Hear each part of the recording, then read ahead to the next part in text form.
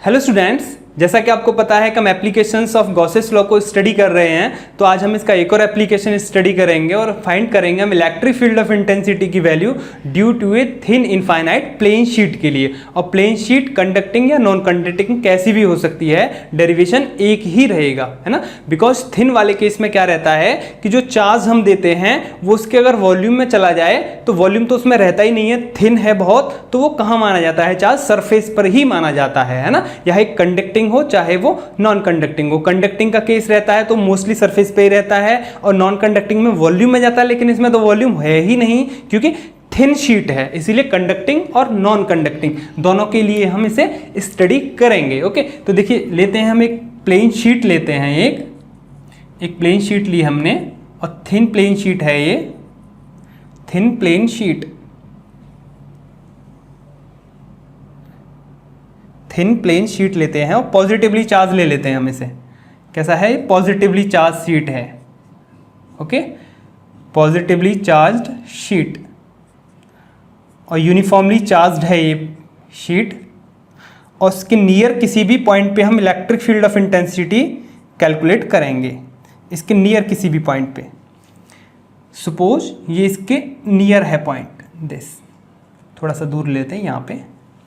देखिए अगर plane sheet infinite नहीं है ना, उसका जो साइज है वो इनफाइनाइट नहीं है, तो उसके जस्ट हम पास में ही किसी पॉइंट पे इलेक्ट्रिक फील्ड पता करेंगे, क्योंकि ये डिस्टेंस बहुत कम है इस शीट के साइज के कंपैरिजन में।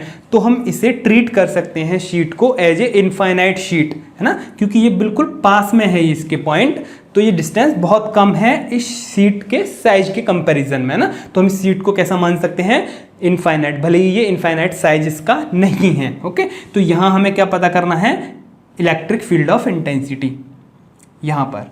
तो हम यहाँ पर एक गॉसियन सरफेस ड्रॉ करेंगे सबसे पहले, है ना। और गॉसियस लॉ क्या होता है, electric flux Q inside Gaussian surface upon epsilon not, ये गॉसेस लॉ है और इस गॉसेस लॉ का हम यूज करेंगे पता करने में। ओके, तो देखिए यहाँ हमें पता करना है इलेक्ट्रिक फील्ड, तो यहाँ से हम एक ड्रॉ करेंगे क्या, एक सिलेंडर, सिलेंड्रिकल हमने गॉसियन सरफेस यहाँ पे ड्रॉ कर लिया। ओके, इसके अंदर चार्ज होगा, पॉजिटिवली चार्ज होगा इसके अंदर, ये हमने गॉसियन सरफेस यहाँ ड्रॉ किया, गॉसियन सरफेस दिस, और ये सिलेंड्रिकल हमने गॉसियन सरफेस ड्रॉ किया है। ओके, अब देखिए आप यहाँ पर कि जो हमने सिलेंड्रिकल गॉसियन सरफेस ड्रॉ किया है, तो यहाँ जो वैल्यू होगी इलेक्ट्रिक फील्ड की वो कैसी रहेगी, अवे फ्रॉम द शीट, ये रहेगी इलेक्ट्रिक फील्ड की डायरेक्शन, है ना, क्योंकि शीट है ये, पॉजिटिवली चार्ज है और यूनिफॉर्मली चार्ज है ये, और ऊपर भी चार्ज है नीचे भी चार्ज है। जो चार्ज की जो डायरेक्शन रहेगी क्या रहेगी, शीट के बिल्कुल परपेंडिकुलर रहेगी, है ना। शीट के परपेंडिकुलर रखने के लिए इसे हम ऐसे शो करेंगे यहाँ पे बोर्ड में, राइट डायरेक्शन में, बिल्कुल इसके परपेंडिकुलर। यहाँ पे जो इलेक्ट्रिक फील्ड होगा, सब जगह इलेक्ट्रिक फील्ड कैसा रहेगा, इस डायरेक्शन में रहेगा इलेक्ट्रिक फील्ड, सब जगह इलेक्ट्रिक फील्ड इसी डायरेक्शन में रहेगा, सब जगह इलेक्ट्रिक फील्ड, है ना।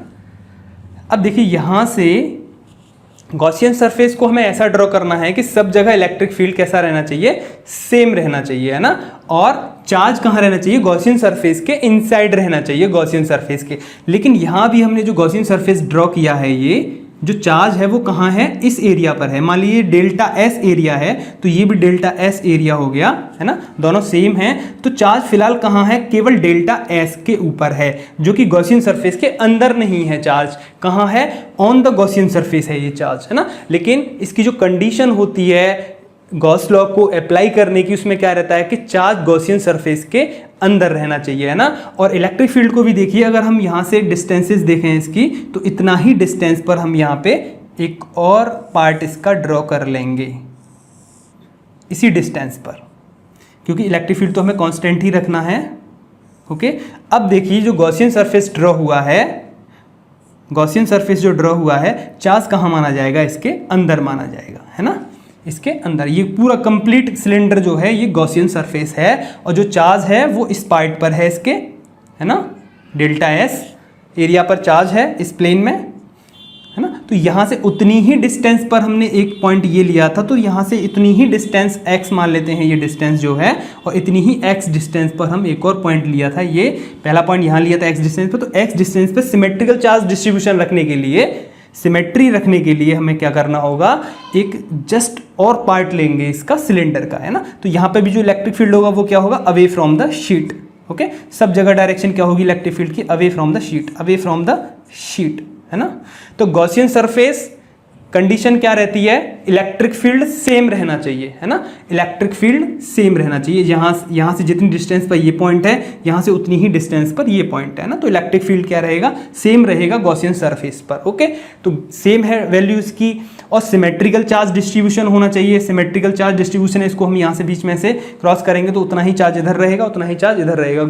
और चार्ज है गॉसियन सरफेस के अंदर रहना चाहिए, अंदर है। और गॉसियन सरफेस कैसा होना चाहिए, क्लोज्ड होना चाहिए। तो क्लोज्ड गॉसियन सरफेस है ये, कंप्लीट, है ना। यहाँ पे अगर हम रखते, इस पार्ट को ड्रॉ नहीं करते तो चार्ज कहाँ रहता, क्लोज नहीं रहता गॉसियन सरफेस, इसके ऊपर रहता जो चार्ज है, कहाँ रहता, केवल डेल्टा एस पे रहता, अगर हम इस पार्ट को ड्रॉ नहीं करते तो, है ना। और इमेजिनरी, और ये इमेजिनरी ही हम इसे मानते हैं। तो ये हमने क्या ड्रॉ कर लिया है, गॉसियन सरफेस। इस एक्स की तो यहाँ कोई जरूरत नहीं पड़ेगी, इसकी कोई जरूरत नहीं है। ये क्या है, गॉसियन सरफेस हमने कैसा ड्रॉ किया है, सिलिंड्रिकल, सिलिंड्रिकल गॉसियन सरफेस हमने यहाँ पर ड्रॉ कर लिया है। और ये देखिए, ये जो हमने शीट ली है, इसकी शीट कैसी है, ये सरफेस है ना, प्लेन शीट है। तो यहाँ पे चार्ज डेंसिटी क्या लेंगे इसकी, सिग्मा, क्योंकि इनफाइनाइट शीट है ये, तो चार्ज तो गिवन कोई होगा नहीं, है ना, कोई पर्टिकुलर चार्ज की वैल्यू नहीं होगी। क्या वैल्यू गिवन होगी, केवल सरफेस चार्ज डेंसिटी गिवन होगी। चार्ज की हमें पर्टिकुलर जरूरत कहाँ पड़ेगी, गॉसियन सरफेस के अंदर कितना चार्ज है उसके लिए जरूरत पड़ेगी हमें यहाँ पे। तो डेल्टा एस पर कितना चार्ज है, तो हमें क्या करना होगा, सिंपल सिग्मा से मल्टीप्लाई कर देंगे डेल्टा एस को, तो हमें डेल्टा एस एरिया में चार्ज पता लग जाएगा, है ना, कि डेल्टा एस एरिया में कितना चार्ज है। ओके, ये डेल्टा एस हमने यहाँ पे पार्ट लिया था इसका। तो चलिए स्टार्ट करते हैं। तो यहाँ पर हमें सबसे पहले क्या करना है, फ्लक्स, सबसे पहले हमें फ्लक्स देखना है, इलेक्ट्रिक फ्लक्स, इलेक्ट्रिक फ्लक्स। और कितने पार्ट हैं सिलेंडर के, वन, एक तो ये प्लेन शीट, ये एज है इसकी, और एक ये प्लेन शीट है इसका, ये प्लेन पार्ट है इसका, है ना, प्लेन सरफेस एक ये, एक प्लेन सरफेस ये, और एक इसका कर्व पार्ट, इसका कर्व पार्ट है थर्ड इसका कर्व पार्ट है ना। तो इन तीनों ही सरफेसेस से इलेक्ट्रिक फ्लक्स पास होगा, इलेक्ट्रिक फ्लक्स पास होगा। तो हम वन बाई वन सबके लिए कैलकुलेट करेंगे।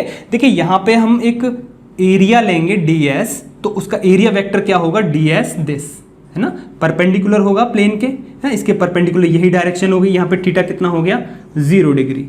ओके, ऐसे ही हम इसके लिए लेंगे एक ds वेक्टर, है ना, वो भी आउटसाइड होगा, नॉर्मल होगा। ओके, ds हमने स्मॉल लिया, तो यहाँ पे भी थीटा कितना होगा, e और ds के बीच का एंगल, e और ds के बीच का एंगल ही तो होता है थीटा, यहाँ कितना हुआ, 0 डिग्री, e और ds के बीच का एंगल, क्योंकि फाई e क्या होता है, फ्लक्स क्या होता है, e डॉट ds, है ना। तो e और ds के बीच का हमें एंगल जरूरत पड़ेगी। तो हमने दोनों ही सरफेसेस के लिए जो एजेस हैं इसकी सिलेंडर की, उनके लिए हमने थीटा को चेक कर लिया, 0 डिग्री होगा। और यहाँ देखिए जो इसका कर्व पार्ट है, जो सिलेंडर का कर्व पार्ट है, इसके लिए जो इलेक्ट्रिक फील्ड की डायरेक्शन है वो कैसे है, पैरेलल है, कैसे है, पैरेलल। और इसके लिए ds जो लेंगे हम इसके सरफेस पर लेंगे, वो क्या होगी, डायरेक्शन अपवर्ड, है ना। यहाँ सपोज मान लिया हमने ये एक ds ले लिया, एक स्मॉल एलिमेंट, तो ds वेक्टर की डायरेक्शन क्या होगी, अपवर्ड। और यहाँ पे इलेक्ट्रिक फील्ड कैसा है, दिस, कर्व पार्ट के पैरेलल है। तो यहाँ पे थीटा कितना हो गया, e और ds के बीच का एंगल 90 डिग्री। तो 1 2 3, है ना, जो 1 2 और 3 इसका थर्ड इसका कर्व पार्ट, है ना। तो फाई को हम कैलकुलेट करेंगे, तो फाई 1 कैलकुलेट कर लेते हैं पहले इस एजेस से। तो क्या रहेगा, e डॉट ds, है ना, E और ds के बीच का एंगल कितना है, 0 डिग्री। ओके, तो यहाँ E ds क्या हो जाएगा, ये ds कितना बड़ा है, डेल्टा s, कितना बड़ा लिया है हमने यहाँ पे, डेल्टा s, उसे हम लिख देंगे ds cos 0 degree. E constant रहेगा, है ना, सब जगह E है value, electric field of intensity constant ही रहता है, मैग्नीट्यूड इसका, और इसे कैलकुलेट करना है हमें, तो इसीलिए इसका इंटीग्रेशन नहीं करते, इसीलिए इसको हम कांस्टेंट रखते हैं, है ना। क्यों कांस्टेंट रखा हमने E को, कि इसका इंटीग्रेशन ना हो, इसका इंटीग्रेशन ना हो और ये इंटीग्रेशन से बाहर आ जाए, इसीलिए इसको हमने बाहर कर लिया, है ना। और ds cos 0 की वैल्यू 1 होती है, और ds स्मॉल है, और ये पूरा कंप्लीट एरिया कितना है, डेल्टा s, कितना है, डेल्टा s। तो कंप्लीट क्या आ जाएगा, इसकी वैल्यू क्या रहेगी, डेल्टा एस। इंटीग्रेशन कर देंगे, छोटे छोटे ds बहुत सारे होंगे, सबका इंटीग्रेशन करेंगे तो हमें ये एरिया मिल जाएगा। ये एरिया कितना है, डेल्टा एस, तो ई डेल्टा एस फाई 1 हो जाएगा। ऐसे ही हम फाई 2 निकालेंगे, इसके जस्ट सिमिलर एज है ना, जस्ट सिमिलर है। ये सेकंड जो है वो भी ई डेल्टा एस ही आएगा। कैसे निकालेंगे इसे भी दिखा देते हैं, ई डी एस, ई डॉट डी एस है ना, ई डी एस के बीच का एंगल भी वहां पे 0 डिग्री है, तो E D S cos 0 degree. Okay, तो फाई 2 कितना आ जाएगा, फिर से ई को बाहर ले लेंगे हम, डी एस, वहां पे भी कितना है ये area, delta S, delta S, तो ई डेल्टा एस है ना। फर्स्ट और सेकंड दोनों की वैल्यू हमने यहाँ पे कैलकुलेट कर ली। अब बचा थर्ड पार्ट। थर्ड पार्ट कौन सा है इसका, कर्व पार्ट जो है ना, कर्व पार्ट के लिए हम निकालेंगे phi 3 E dot d S है ना। ई और डी एस के बीच का एंगल कितना है, 90 डिग्री है। यहाँ पर एंगल कितना है, 90 डिग्री, तो E D S cos 90 degree, तो कॉस 90 डिग्री क्या रहता है, 0 रहता है, तो ओवरऑल वैल्यू कितनी हो जाएगी, 0। ओके, तो कर्व पार्ट से कोई भी फ्लक्स पास नहीं होगा, फ्लक्स पास होगा ओनली जो एजेस हैं, इसकी एजेस वाले जो पार्ट हैं सिलेंडर के, वहां से केवल फ्लक्स पास होगा, है ना। और फ्लक्स कब पास होता है, सिंपल हम जानते ही हैं कि अगर इलेक्ट्रिक फील्ड उस प्लेन के परपेंडिकुलर है ना, तभी फ्लक्स पास होता है। अगर ये कोई प्लेन है सपोज दैट, तो इसके जस्ट परपेंडिकुलर इलेक्ट्रिक फील्ड तो जब ही क्रॉस करेगा ऐसे, अगर ये प्लेन के जस्ट पैरेलल हो जाए इलेक्ट्रिक फील्ड तो कोई भी वहां से फ्लक्स पास नहीं होगा। तो कर्व पार्ट के लिए क्या है, ये बिल्कुल इसके पैरेलल है इलेक्ट्रिक फील्ड, कर्व पार्ट के पैरेलल है इलेक्ट्रिक फील्ड, लेकिन एजेस पर इलेक्ट्रिक फील्ड कैसा है, परपेंडिकुलर है प्लेन के। ओके, तो फाई 1 फाई 2 फाई 3 हमने तीनों वैल्यूज को निकाल लिया है। तो नेट फ्लक्स कितना हो जाएगा, हम यहाँ पे नेट फ्लक्स लिखें तो फाई कितना हो जाएगा, net electric flux phi 1 plus phi 2 plus phi 3। Okay, phi 1 कितना है, E delta S, E delta S. Phi 2 कितना है, फाई 2 भी है E delta S, E delta S, और फाई 3 कितना है, 0, फाई 3 है 0। तो टोटल इलेक्ट्रिक फ्लक्स कितना पास हो रहा है, 2 E delta S, 2 E delta S. ये वैल्यू हमें यहाँ पे पुट करनी होगी। ओके, तो हम इसे हटा देते हैं, बाकी का जो पार्ट है इसे हटा देते हैं यहाँ से। तो नेट इलेक्ट्रिक फ्लक्स मिल गया है हमें, फिलहाल इलेक्ट्रिक फ्लक्स हमको यहाँ मिल गया है, कितना है, इलेक्ट्रिक फ्लक्स है 2 ई डेल्टा एस। ओके, अब हमें क्या चाहिए, ये पार्ट हमें मिल चुका है फाई ई। अब क्यू इनसाइड चाहिए हमें, इनसाइड कितना चार्ज है, गॉसियन सरफेस के अंदर कितना चार्ज है वो हमें देखना है। गॉसियन सरफेस के अंदर चार्ज कहाँ होगा, केवल डेल्टा एस, ये वाला जो एरिया है यहीं केवल ये चार्ज होगा, है ना। इसकी सरफेस चार्ज डेंसिटी कितनी है, सिग्मा। देखिए सरफेस चार्ज डेंसिटी क्या होती है, सरफेस चार्ज डेंसिटी होती है क्यू अपॉन एरिया, है ना, charge upon area, given area पर कितना चार्ज है, यूनिट एरिया पर कितना चार्ज है, वो होती है सरफेस चार्ज डेंसिटी, है ना। तो यहाँ पर हमने डेल्टा एस एरिया लिया है, तो सरफेस चार्ज डेंसिटी क्या हो जाएगी, क्यू इस डेल्टा एस पर, है ना। तो हमने कह दिया क्यू इनसाइड है ये, है ना, गॉसियन सरफेस के इनसाइड है, तो गॉसियन सरफेस के इनसाइड क्यू इनसाइड लिख दिया हमने, और एरिया कितना है, डेल्टा एस। तो क्यू इनसाइड कितना हो गया, क्यू इनसाइड हो जाएगा यहाँ से सिग्मा डेल्टा एस। सिंपल है, सरफेस चार्ज डेंसिटी सिग्मा है, तो डेल्टा एस पर कितना चार्ज होगा, sigma into delta S. Okay, ये वैल्यू हमें यहाँ पे मिल चुकी है। अब इन वैल्यूज को हम यहाँ पे बस पुट करना है गॉसेस लॉ में। ओके, गॉसेस लॉ में यहाँ पुट कर देंगे हम, तो यहाँ ये वैल्यू आएगी 2 E delta S, phi E जो इलेक्ट्रिक फ्लक्स है ये वैल्यू हमने पुट कर दी, 2 ई डेल्टा एस इसकी जगह, equals to Q inside, Q inside कितना है, sigma delta S upon epsilon not. Okay, delta S से डेल्टा एस कैंसिल हो जाएगा, और ई इलेक्ट्रिक फील्ड कितना आएगा यहाँ पे, sigma upon 2 E epsilon not.